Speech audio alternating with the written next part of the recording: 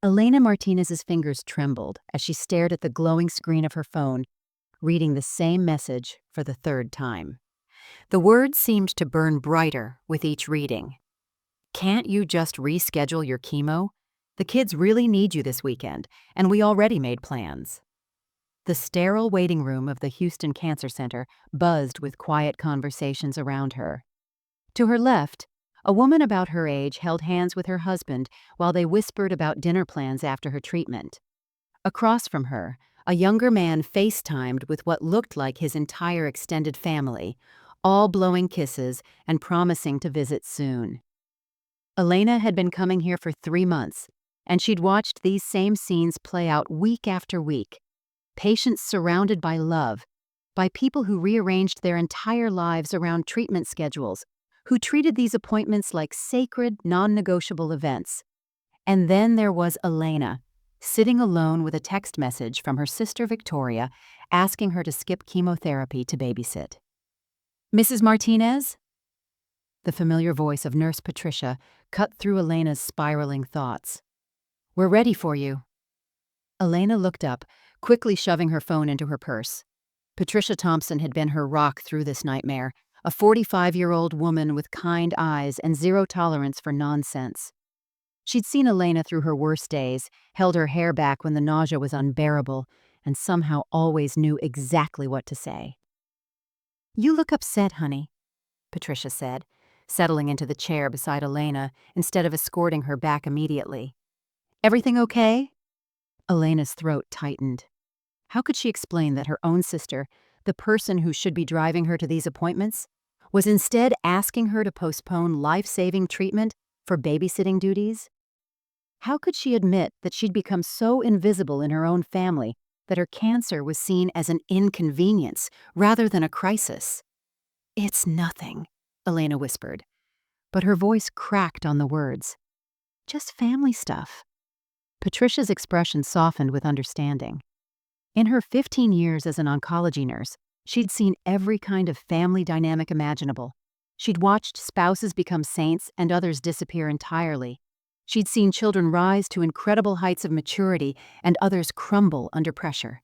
But there was something particularly heartbreaking about watching a woman face cancer while feeling completely alone in a room full of people who claimed to love her. "You know," Patricia said gently, "I've learned that sometimes the people who should support us the most are the ones who struggle with it the hardest. But that doesn't make it hurt any less." Elena's eyes filled with tears. The simple acknowledgement of her pain felt like a lifeline. For months, she'd been making excuses for Victoria's behavior, telling herself that everyone processes things differently, that her sister was just overwhelmed with her own life. But sitting here, watching other families treat cancer with the gravity it deserved, Elena couldn't pretend anymore.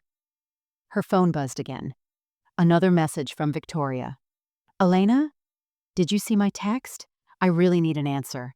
Brad already told his mom we'd be free this weekend." Insert engagement line. "Before we start, let us know in the comments where you're watching from. Don't forget to like, share, and subscribe for more powerful stories." Patricia glanced at Elena's phone screen and her jaw tightened almost imperceptibly. She'd seen enough to recognize emotional neglect when it walked through her doors. Elena had always been the Martinez family anchor. For 23 years, she'd poured her heart into teaching 3rd grade at Lincoln Elementary, watching thousands of 8-year-olds discover the magic of reading and the satisfaction of solving math problems. Her classroom walls were covered with thank you cards from former students, photos of graduations, and wedding invitations from kids who'd grown up and still remembered their favorite teacher. At home, she'd channeled that same nurturing energy into raising Maya as a single mother. Elena's ex-husband had vanished when Maya was 2, leaving behind only child support payments that arrived sporadically. But Elena never let Maya feel the absence. Every school play, every soccer game, every science fair project, Elena was there with her camera and her proud smile, making sure Maya knew she was loved and supported. "Mom, you gave me everything," Maya had said during her college graduation speech, tears streaming down her face. You showed me that one person's love can be enough to build a whole world.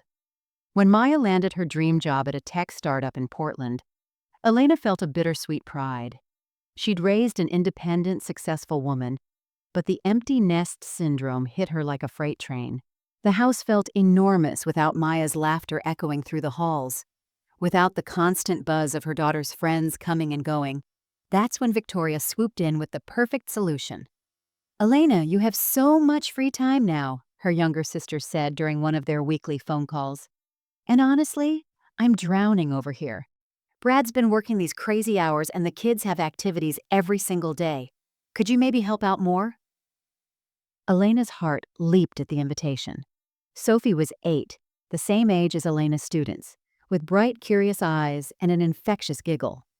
Jake, at 10, reminded Elena of Maya at that age, thoughtful, creative, always building something or taking apart electronics to see how they worked. The idea of being needed again, of having children's voices fill her quiet house, felt like a gift from heaven. Of course, Elena had said immediately, whatever you need. And so began the most beautiful 2 years of Elena's life, or so she thought. She became Sophie's homework helper and Jake's science project partner. She picked them up from school when Victoria had client showings, took them to doctor appointments when Brad was traveling, and hosted elaborate Sunday dinners where she'd spend all day making her famous tres leches cake, just to see their faces light up. Tia Elena makes the best food in the whole world, Sophie would announce, climbing onto Elena's lap after dinner while Jake showed off his latest Lego creation. Victoria would smile gratefully from across the table. I don't know what we'd do without you, Elena. You're like our guardian angel. Brad, though less expressive, would nod approvingly. It's nice having reliable family around. These days, you can't trust anyone outside the family. Those Sunday evenings felt perfect.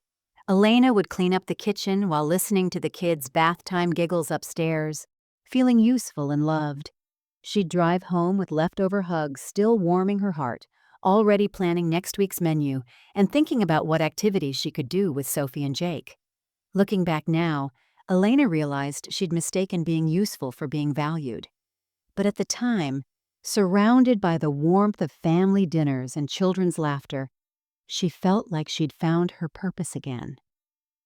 The morning Elena called Victoria to share her diagnosis, she'd rehearsed the conversation a dozen times in her bathroom mirror. How do you tell someone you love that your world has just collapsed? She'd spent 3 sleepless nights since Dr. Ramirez had said those 2 words that changed everything. Invasive ductal carcinoma, breast cancer. Elena had expected to cry during the phone call. She'd expected Victoria to cry too. Maybe they'd cry together, and then Victoria would rush over with soup and tissues and that fierce protective energy she'd shown when they were kids and someone hurt Elena's feelings. Instead, Victoria's response was like ice water in Elena's veins. Breast cancer? Are you sure? I mean, you've always been so healthy. You eat those gross kale smoothies and do yoga every morning. Victoria's tone carried a hint of accusation, as if Elena had somehow failed at being healthy enough. Did you get a second opinion? Sometimes doctors make mistakes. Elena gripped the phone tighter, staring out her kitchen window at the bird feeder Maya had installed last Christmas. A cardinal was perched there, bright red against the gray morning sky. She focused on its beauty, trying to ground herself in the moment. Victoria, I've had multiple tests. The oncologist was very clear. I start chemotherapy next month. There was a pause that stretched too long, filled only with the sound of Victoria's coffee machine gurgling in the background. Elena could picture her sister in that pristine white kitchen, probably checking emails while they talked about Elena's life-threatening diagnosis. Well, Victoria finally said, and Elena could hear her switching into problem-solving mode, the same tone she used when coordinating school carpools. At least it's the treatable kind, right? I read somewhere that if you catch it early, it's practically routine now, like getting your appendix out. Elena's mouth fell open. Practically routine? She was facing months of chemotherapy, possible surgery, hair loss, nausea, fatigue, and an uncertain future, and her sister was comparing it to appendix removal? But Victoria wasn't finished. And your treatment schedule won't interfere with watching the kids, will it? I mean, they do those appointments during school hours, right? Because Jake has that big science fair coming up, and you know how much he's been looking forward to working on his volcano with you. Plus, Sophie's ballet recital is next month, and Brad's mother is visiting, so I'll really need the extra help. The cardinal at the feeder suddenly took flight, disappearing into the gray sky. Elena felt something inside her chest do the same thing. A small, bright part of her hope just vanished. "Victoria," Elena said slowly, testing each word carefully, "I just told you I have cancer." I know," Victoria said quickly, her voice taking on that impatient edge Elena recognized from whenever Victoria felt rushed. "And I'm so sorry, Elena. I really am. But you're strong and you'll beat this. You beat everything. Remember when Dad left? You just picked up the pieces and kept going. This will be the same thing." Elena hung up the phone and stood in her kitchen for a long time, watching the empty bird feeder sway in the wind. She told herself Victoria was just processing the shock, that people handled scary news differently. But deep in her stomach, something cold had settled in and taken root. The first whisper of a terrible truth she wasn't ready to face yet. The phone calls started just 3 days after Elena's first chemotherapy session.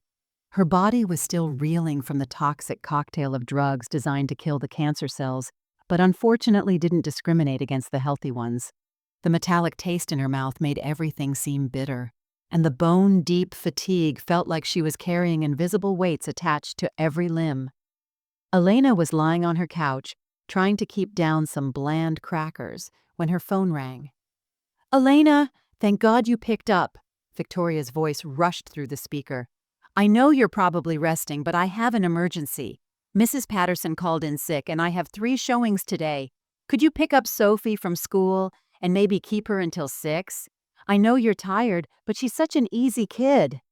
Elena closed her eyes, feeling the familiar wave of nausea creeping up her throat. "Victoria, I can barely keep my eyes open. The chemo yesterday was really rough." "I know, sweetie, and I feel terrible asking, but maybe some fresh air with Sophie would help you feel better? You always said kids give you energy. Plus, it's just sitting at the school pickup line and then maybe letting her watch cartoons at your place." Elena found herself agreeing, too exhausted to argue. When she picked up Sophie, the 8-year-old immediately noticed something was wrong. "Tia Elena, you look really pale. Are you sick?" "Just a little tired, mija," Elena managed, gripping the steering wheel as another wave of dizziness hit her. That became the pattern. Every treatment cycle brought the same requests, as if Elena's chemotherapy schedule was merely an inconvenience rather than a battle for her life.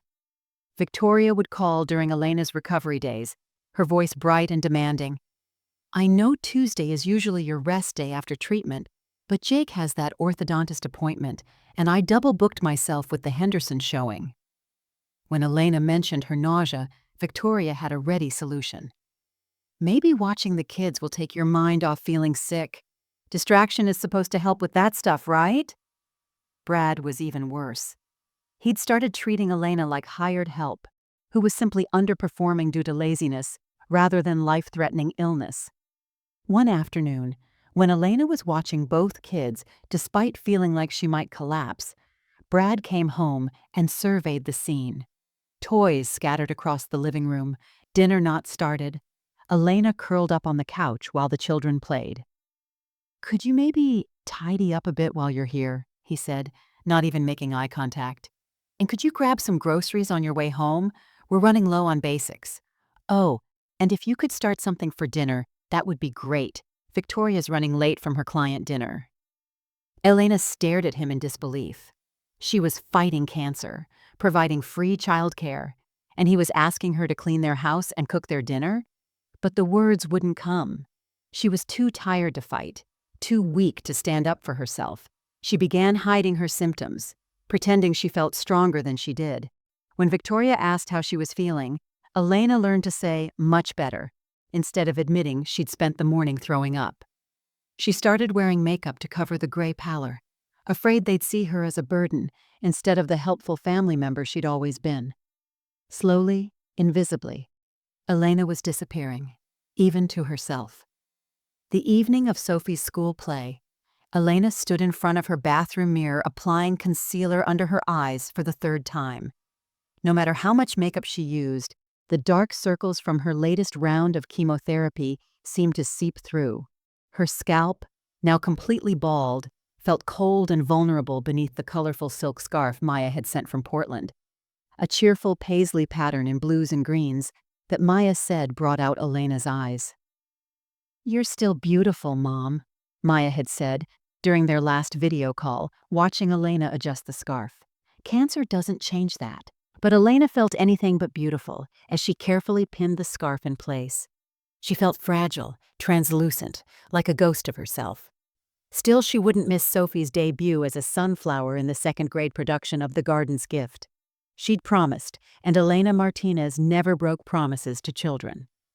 The elementary school auditorium buzzed with excited parents clutching bouquets and phone cameras. Elena had arrived early, claiming a seat in the front row with a perfect view of where Sophie would stand.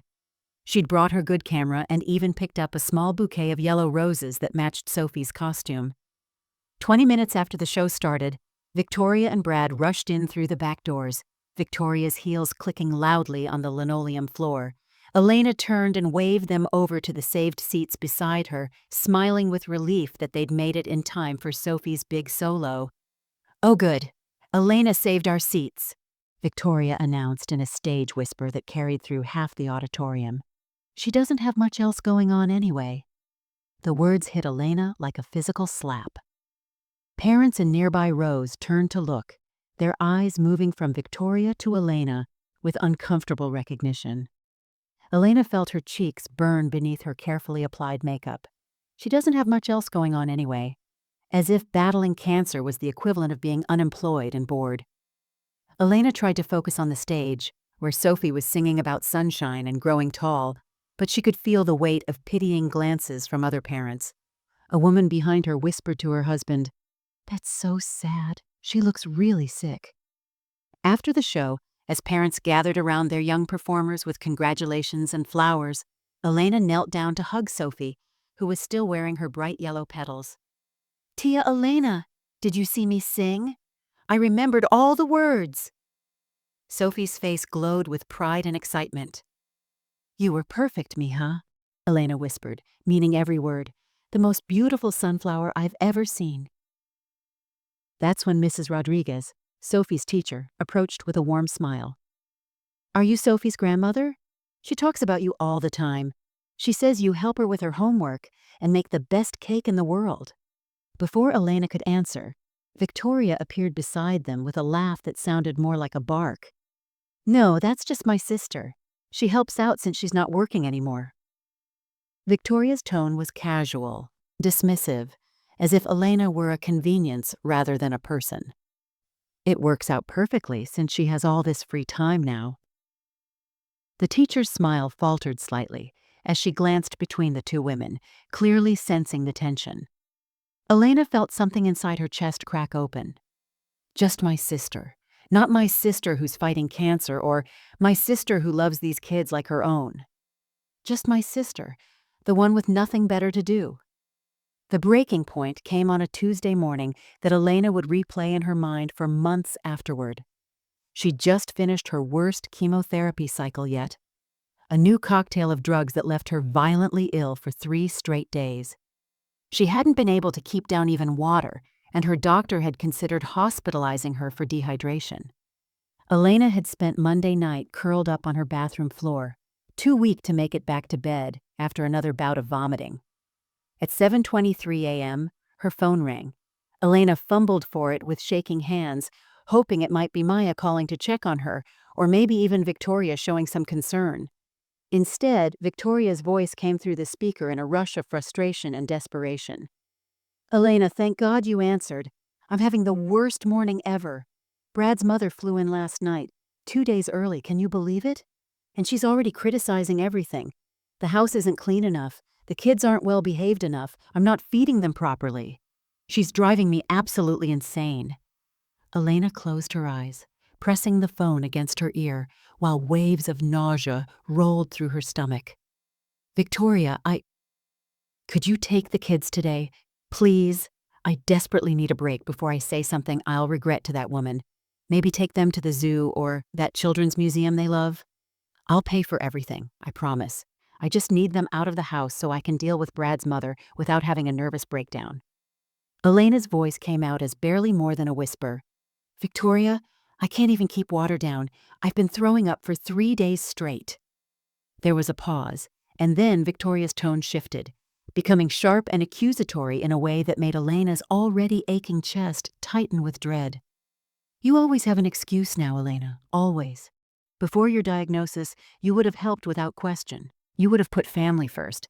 Remember when Maya had that terrible flu in high school and you still managed to help me move apartments? Remember when Dad died and you planned the entire funeral while dealing with your own grief? Each word felt like a knife twisting deeper. Elena stared at the ceiling, tears leaking from the corners of her eyes. Was Victoria really comparing a teenager's flu to chemotherapy? Was she using their father's death as ammunition? That's different, Elena managed. This is what? More important than family? More important than helping your sister when she's drowning? I never ask you for anything unreasonable, Elena. Just a few hours with kids who adore you. But apparently that's too much now. Something inside Elena snapped, not with anger, but with a quiet, devastating clarity. She was dying slowly, fighting for her life, and her sister was making her feel guilty for not being available for babysitting duty. I think I need some space, Elena said quietly, her voice steadier than she felt. I need to focus on getting better. Fine! Victoria's response was immediate and ice cold. Take all the space you need. But don't expect us to drop everything and come running when you decide you need something. The line went dead. Elena stared at the silent phone, feeling something fundamental shift inside her chest.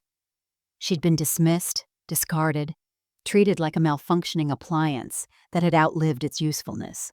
For the first time in months, the house was completely quiet. And in that silence, Elena began to realize just how alone she really was. Elena's apartment became a tomb of silence. The first few days without Victoria's constant demands felt almost peaceful. No urgent phone calls interrupting her rest, no guilt trips about missed babysitting duties, no pretending she felt stronger than she did. But as the weeks stretched on, the quiet became suffocating. She'd wake up each morning to the same routine. Check her phone for messages that never came, take her anti-nausea medication with a sip of ginger tea, and settle into the same spot on her couch where she'd spent most of the last month. The apartment that had once buzzed with the energy of visiting children now felt cavernous and cold.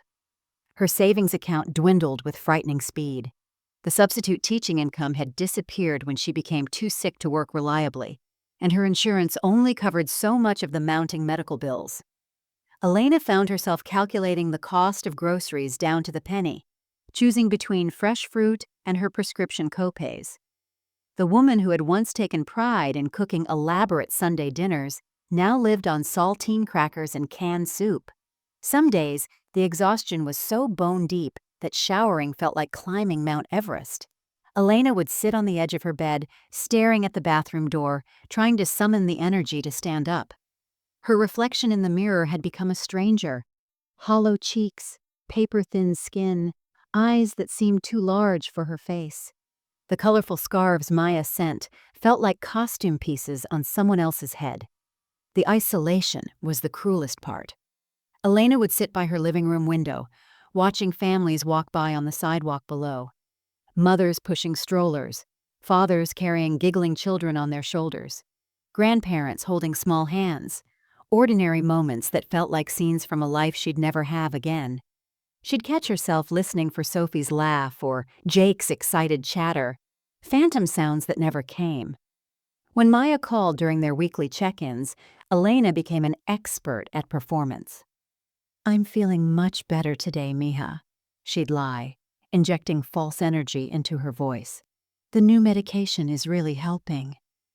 She couldn't bear to burden her daughter with the truth, that some nights, Elena lay awake wondering if Victoria had been right all along.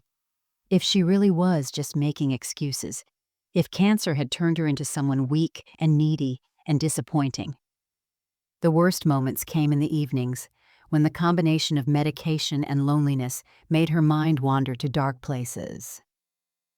Elena would find herself scrolling through old photos on her phone, pictures from Sophie's birthday party where she looked healthy and vital, screenshots of text messages from Victoria thanking her for helping with school projects, videos of Jake proudly showing off his science fair volcano. Had she imagined the warmth in those moments? Had she always been just the useful sister, and cancer had simply made her usefulness expire? One particularly bad night, Elena discovered herself standing in her kitchen at 2 a.m., staring at old family photos spread across the counter. Pictures of holidays and birthdays and ordinary Tuesday afternoons, all featuring the same pattern. Elena giving, Elena helping, Elena smiling in the background while others took center stage. For the first time since her diagnosis, Elena wondered if fighting this disease was worth it. Not because she wanted to die, but because she couldn't remember who she was supposed to be living for. Elena hadn't intended to clean out her closet that dreary Thursday afternoon. She'd simply been looking for a warm sweater when a cardboard box tumbled from the top shelf, spilling its contents across her bedroom floor. Papers scattered everywhere. Old bills, Christmas cards, random documents she'd shoved away and forgotten about over the years. As she knelt to gather the mess, a manila folder caught her eye. Written across the tab in Maya's careful teenage handwriting were the words, "Mom's Importance." Elena stared at it, confused. She didn't remember Maya making this folder, didn't remember what could possibly be inside. With trembling fingers, she opened it. The first item was a photo. Elena at her classroom door on the last day of school, surrounded by third graders who were hugging her legs and grinning up at the camera. She looked so vibrant, so alive, her face glowing with the satisfaction of another successful year. Behind the photo was a note in Maya's handwriting. "Mom, I found this in your yearbook. Look how much they love you." But it was what lay beneath that made Elena's breath catch in her throat. Letters. Dozens and dozens of letters from parents and students dating back over 20 years. Elena had forgotten about most of them, cards and notes she'd received and tucked away without fully absorbing their meaning. Maya had apparently collected them all, creating a paper trail of Elena's impact on the world. The first letter she read was from Mrs. Chen, whose daughter, Linda, had been in Elena's class 5 years ago. "Ms. Martinez, I don't know if you remember Linda. She was the quiet girl who sat in the back and never raised her hand. She came home crying every day because she thought she was stupid. You stayed after school with her for 2 months, patiently helping her with reading, never making her feel bad about struggling. Because of you, she's now reading at grade level and checks out 5 books a week from the library. You didn't just teach her to read, you taught her to believe in herself." Elena's hands shook as she read another. "Dear Ms. Martinez, Tyler talks about you constantly. He says you're the only teacher who never yells, who makes learning fun, who believes every kid is special. Yesterday he told me he wants to be a teacher like you when he grows up. You've given him hope and direction he never had before." Another, this one more recent. "Ms. Martinez, when Carmen started your class, she had severe anxiety and wouldn't speak to anyone. You created a special signal system so she could communicate without talking, and gradually helped her find her voice. She's now confident and outgoing, and it's all because you saw her potential when no one else did. You are a miracle worker." Letter after letter, story after story, of children whose lives Elena had transformed. Kids who'd struggled with math until she found the right way to explain fractions. Shy students who'd blossomed under her patient encouragement. Troubled children who'd found stability in her classroom.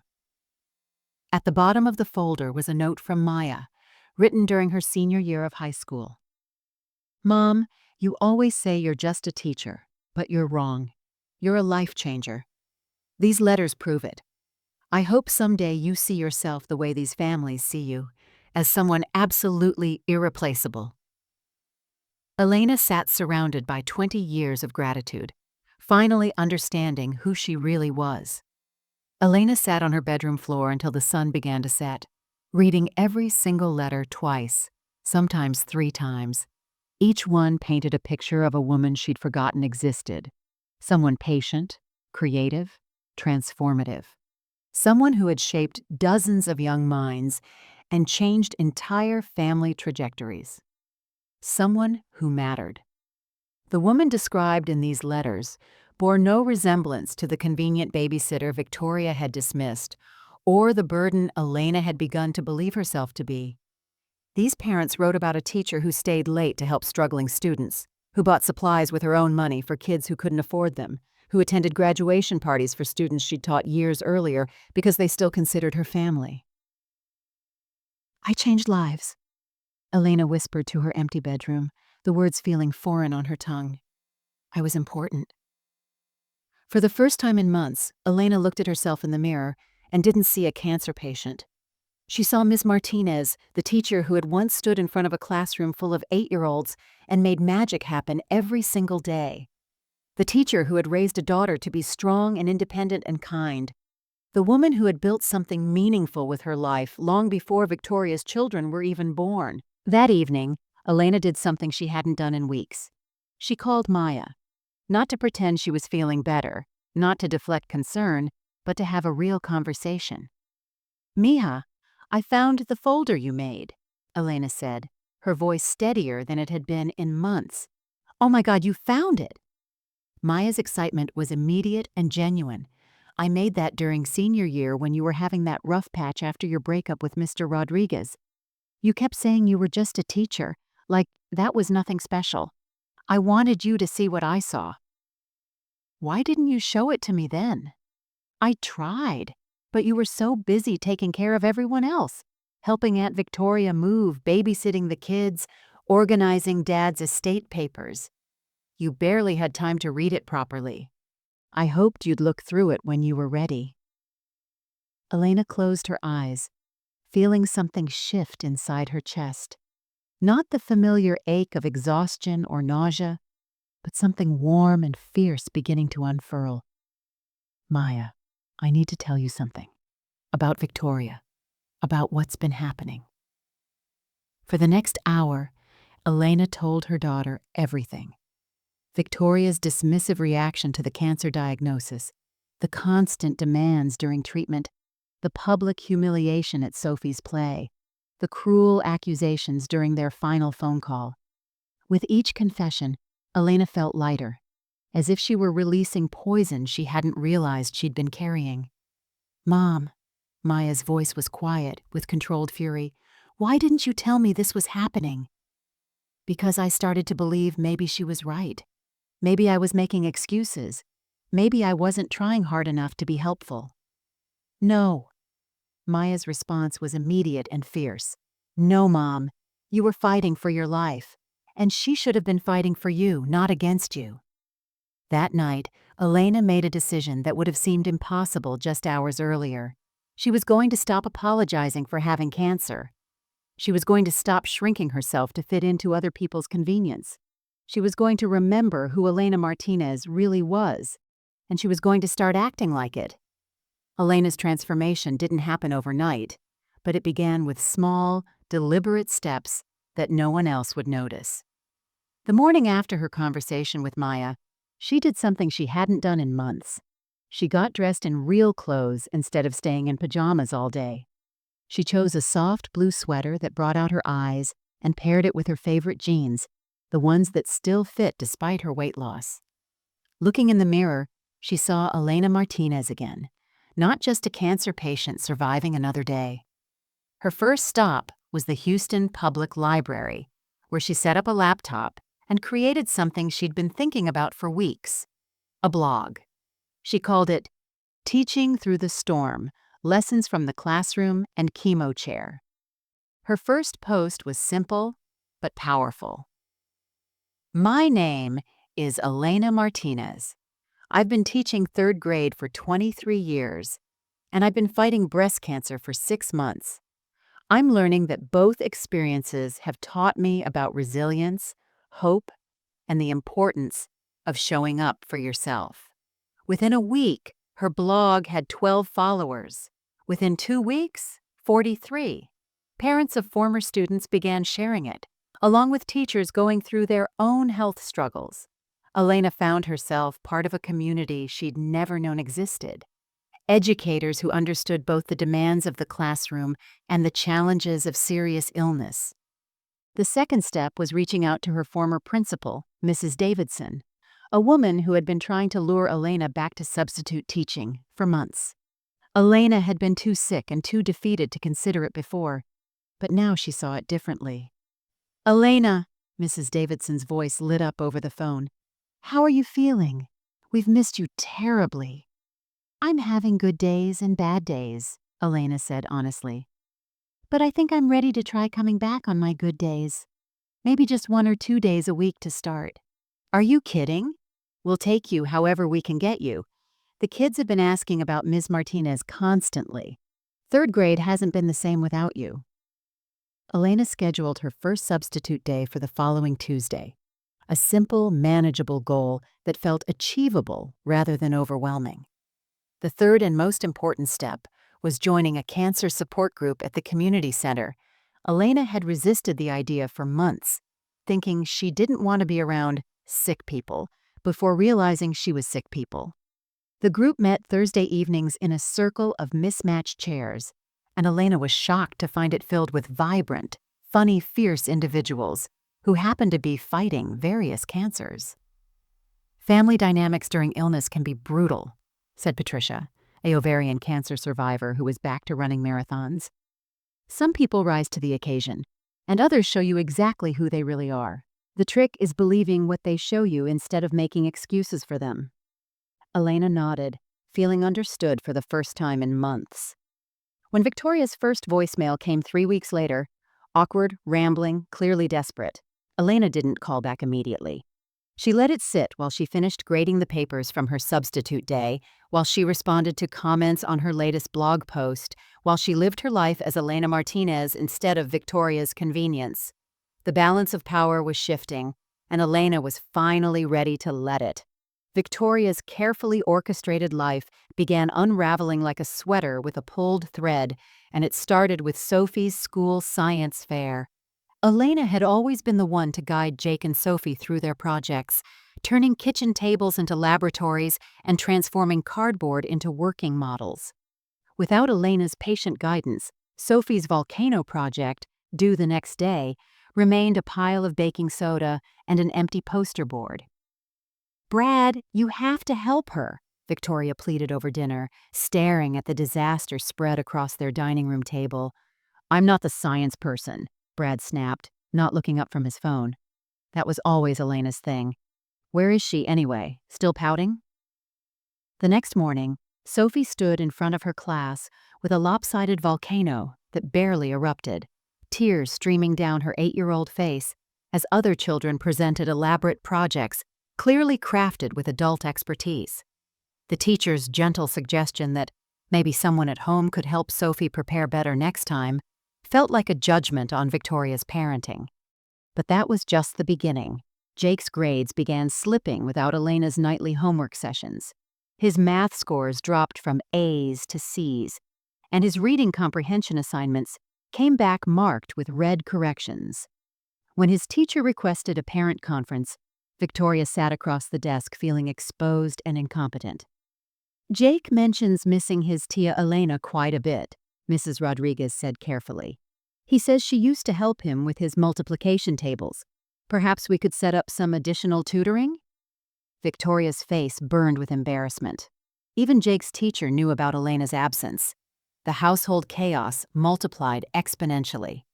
Without Elena picking up the slack, Victoria missed Sophie's dentist appointment because she double-booked herself with a client showing. She forgot about Jake's field trip permission slip, leaving him as the only child who couldn't attend the museum visit. The grocery shopping, meal planning, and school pickup coordination that Elena had seamlessly managed became overwhelming juggling acts that Victoria dropped repeatedly. "We need a nanny," Brad announced one evening, surveying the disaster of their living room. Homework scattered everywhere, dishes piled in the sink, Children in pajamas at 7 p.m. because Victoria had forgotten it was a school night. "We can't afford a nanny," Victoria shot back. "Full-time childcare costs more than my monthly commission." "Then figure something else out," Brad said coldly. "This chaos is affecting my work concentration. Yesterday I was late to the Morrison meeting because you forgot to pick up my dry cleaning." Victoria's phone calls to Elena increased in frequency and desperation. First, casual voicemails. "Hey, just checking in? Hope you're feeling better." Then more direct. "Elena, could you call me back? I really need to talk to you about the kids." Finally, barely concealed panic. "Elena, I know we had a misunderstanding, but Sophie's struggling with her math homework, and Jake misses you terribly. Maybe we could work something out." Each unanswered voicemail made Victoria realize how much of her life had depended on Elena's invisible labor. The woman she'd dismissed as having nothing else going on had actually been the foundation holding Victoria's entire world together.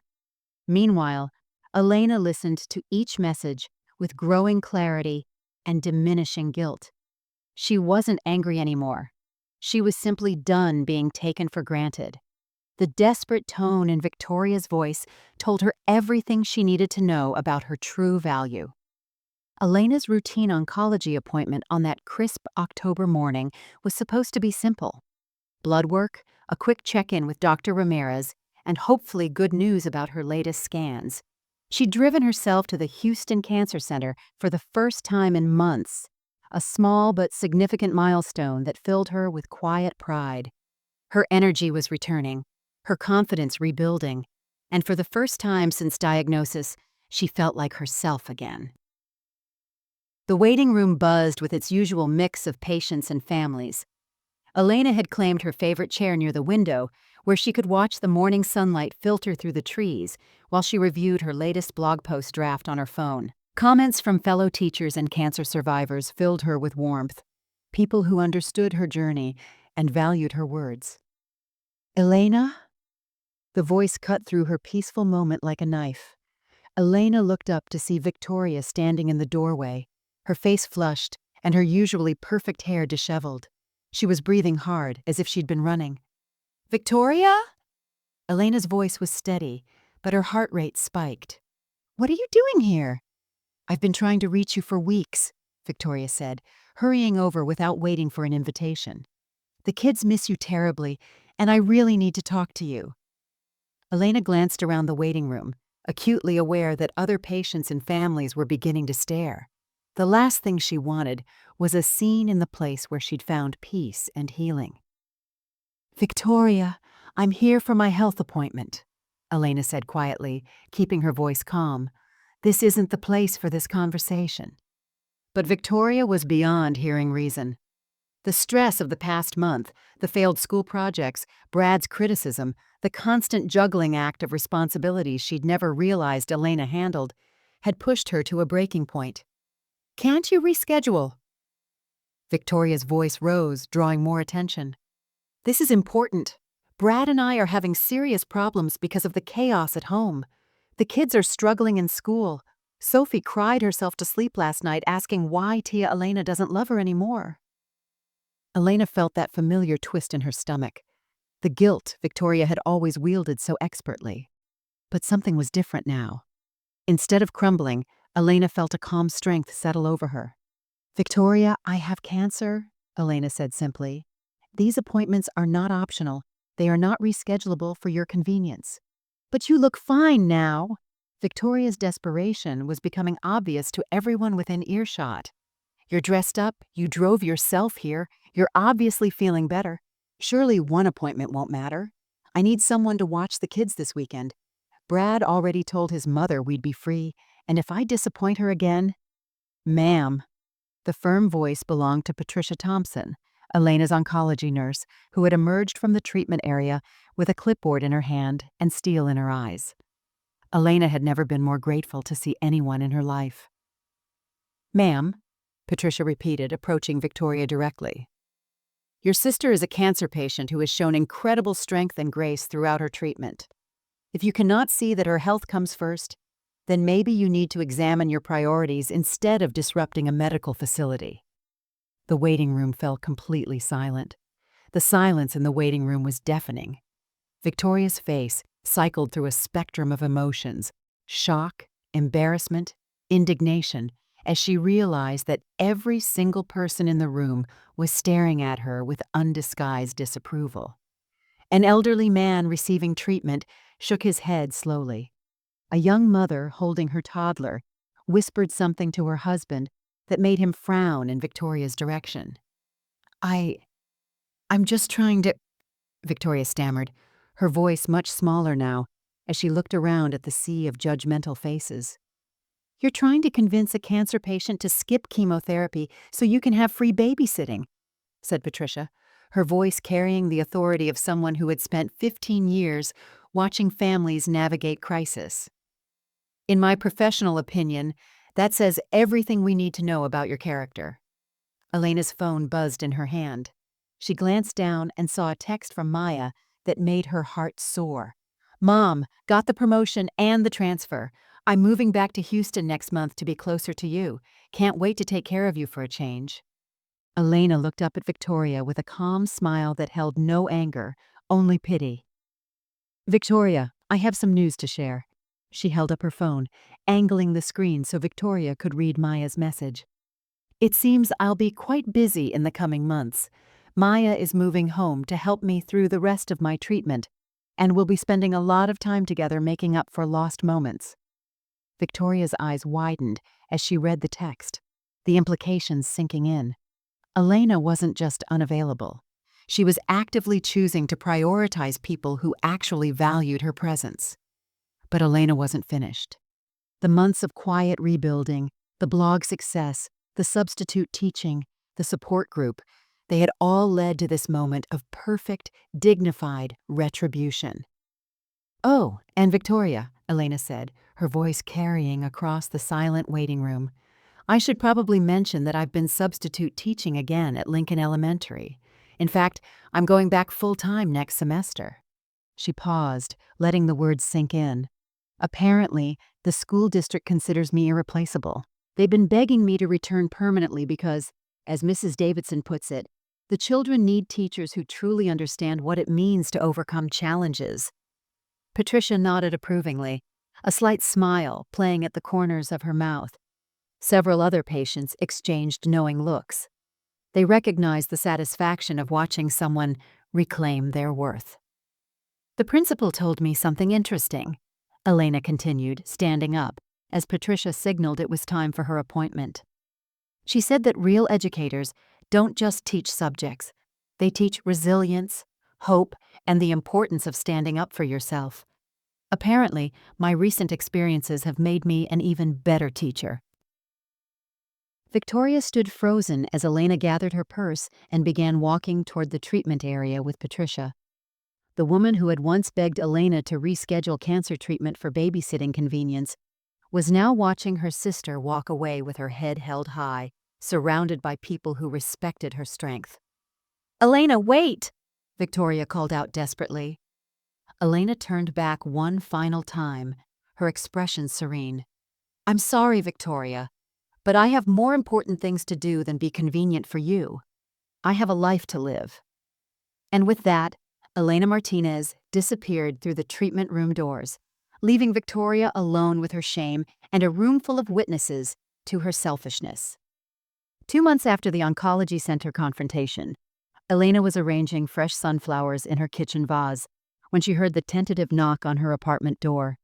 Through the peephole, she saw Victoria standing on her doorstep, but she wasn't alone.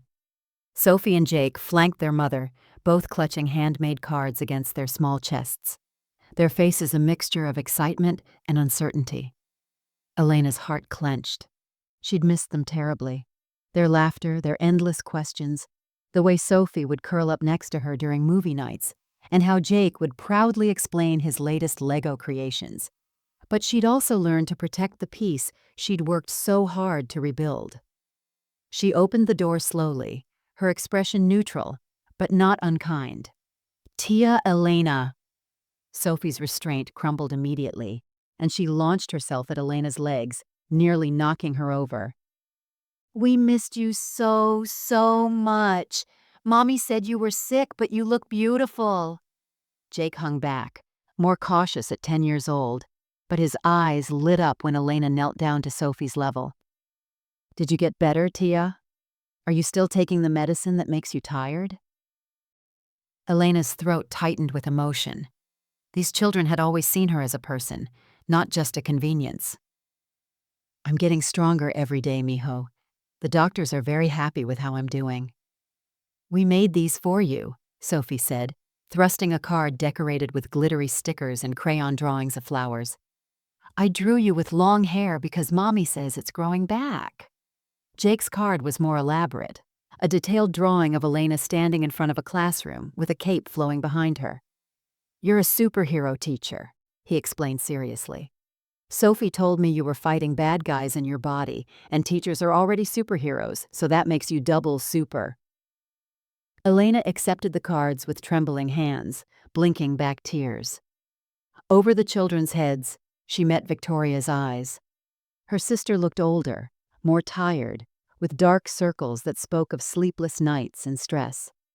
Victoria's usual polished appearance had been replaced by jeans and a simple sweater, her hair pulled back in a messy ponytail. "They've been asking about you every single day," Victoria said quietly. I didn't know how to explain why you weren't around anymore." Elena stood slowly, one hand still resting on Sophie's shoulder. "And what did you tell them?"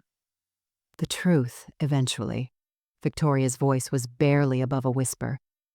"That I hurt your feelings very badly when you needed me most. That I was selfish and scared and stupid." She paused, her voice catching. "Sophie asked me why I was mean to you when you were sick. I didn't have a good answer." Elena studied her sister's face, seeing genuine remorse where there had once been entitlement. But she also saw something else, the expectation that this apology would immediately restore their previous dynamic. "I love you both so much," Elena said, kneeling again to address Sophie and Jake directly. "You are precious to me, and I've missed you every single day.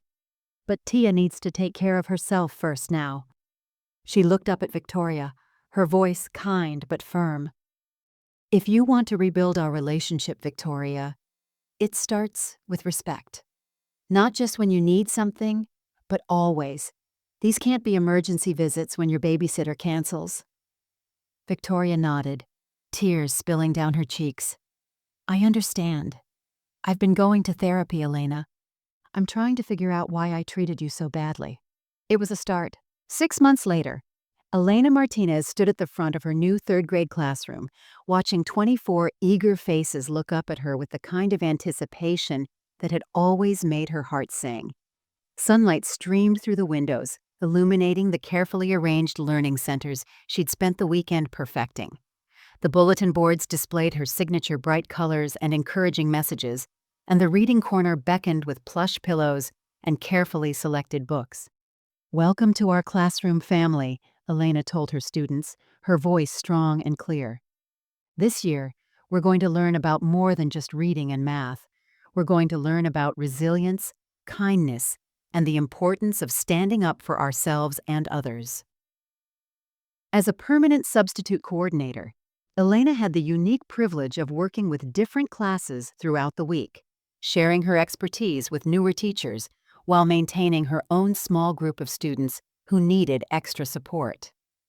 It was the perfect balance, challenging enough to keep her engaged, flexible enough to accommodate her ongoing medical appointments, and meaningful enough to feed her soul. During her lunch break, Elena checked her phone and smiled at the text from Maya. "Dinner at 7? I'm making your favorite chicken enchiladas. Love you, Mom." Having Maya just 20 minutes away had transformed Elena's world. They had dinner together twice a week, weekend coffee dates, and long conversations about everything from Maya's latest work projects to Elena's blog, which now had over 2,000 subscribers from around the world. Her relationship with Victoria had evolved into something entirely different, healthier. but requiring constant maintenance. They saw each other once a month, usually for a planned activity that honored Elena's energy levels. Victoria was consistent with her therapy appointments and had learned to ask, rather than demand, to respect Elena's no without argument. Their conversations were no longer one-sided emergencies, but genuine exchanges between two adults learning to be sisters again. The children had adapted beautifully to the new dynamic. Sophie, now 9, understood that Tia Elena had special medicine days when she needed rest, and Jake had become fiercely protective of Elena's boundaries. "Mom, you can't ask Tia to babysit on her tired days," Elena had overheard him tell Victoria during a recent visit. "She's still fighting the bad guys in her body." Elena's blog had evolved too, becoming a resource for educators facing health challenges and parents navigating family dynamics during crisis. She'd received letters from teachers in Canada, Australia, and even Japan, all sharing their own stories of finding strength in the classroom while battling personal demons.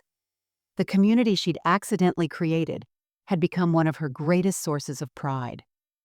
Looking at her reflection in the classroom window as the afternoon sun cast golden light across the desks, Elena saw someone she fully recognized and deeply respected. The face looking back was older, marked by the journey she'd traveled, but the eyes held a clarity and strength that hadn't been there before cancer. She had learned the hardest lesson of all, that sometimes you have to lose everything to remember who you really are. The woman in the reflection was a survivor, not just of cancer, but of the far more insidious disease of self-doubt.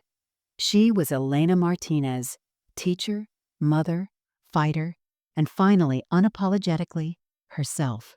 She was enough. She had always been enough, and now she would never forget it again.